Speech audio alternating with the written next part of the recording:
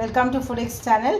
இந்த sweet potato நம்ம சக்கரவள்ளி கிழங்கு பாயாசம் பண்ணுறோம் இல்லைங்களா, அதுக்கு ஸ்கின் ரிமூவ் பண்ணிவிட்டு தோல் எடுத்துகிட்டு இந்த மாதிரி பீசஸாக பண்ணி தண்ணியில் போட்டுருங்க, இல்லாட்டி கருப்பாயிடும். அதுக்கப்புறமா இந்த மாதிரி திருக்கி எடுத்து வச்சுக்கோங்க, கிரேட்டரில் போட்டு இந்த மாதிரி திருக்கி எடுத்து வச்சுக்கோங்க.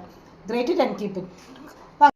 ஒரு பேன் எடுத்து கீ ஹீட் பண்ணிக்கோங்க. கீ நல்லா மெல்ட் ஆனோடனே நெய் நல்லா உருகுனதும் இது கடாயில் செய்கிறவங்க கடாயில் செஞ்சுக்கோங்க. குக்கரில் வேணுனாலும் குக்கரில் ஒரு விசில் விட்டால் போதும். ஏன்னா கொஞ்சம் குழஞ்ச மாதிரி இருந்தால் கொஞ்சம் திக்காக இருக்கும் கன்சிஸ்டன்சி, இல்லாட்டி தண்ணியாக இருக்கும், ஒட்டாது. காயும் அதுவும் ஒட்டாது.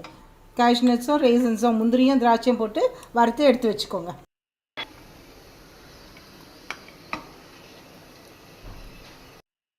அதே நெய்யில் இந்த திருவண்ண சக்கரவள்ளி கிழங்கு the same ghee add some sweet potato, grated sweet potatoes and salt it well for 2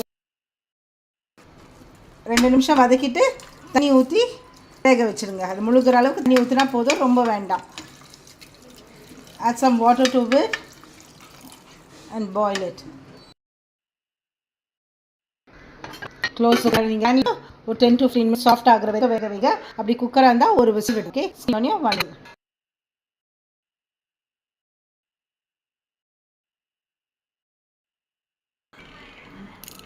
ஒரு மிக்ஸி ஜாரில் ஏலக்காவும் ஒரு 2 டீஸ்பூன்ஸ் ஆஃப் சுகர் இல்லாட்டி 2 டேபிள் ஸ்பூன் சுகர் போட்டு பவுடர் பண்ணி எடுத்து வச்சுக்கோங்க. குக்கர் ஓப்பன் பண்ணிவிடுங்க. ஓப்பன் பண்ணிவிட்டு நாங்கள் ரொம்ப குழைவும் இல்லை, சாஃப்டாக வெந்துடுது. இல்லை add some common powder, sugar powder. இப்போ 1 கப் கிரேட் ஸ்வீட் பொட்டேட்டோ, ஒரு சக்கரவள்ளி கிழங்குக்கு 1 கப் சர்க்கரை போட்டுருங்க. போட்டுட்டு ஒரு 1 லிட்டர் மில்க் ஊற்றிடுங்க.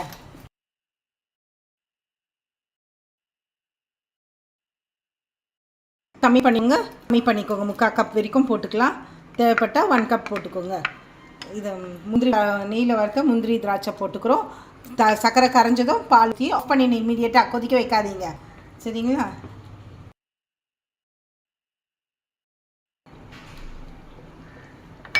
ஆஃப் த கேஸ் ஆஃப் பண்ணிவிடுங்க. ஆஃப் பண்ணிவிட்டு மில்க் ஊற்றிடுங்க.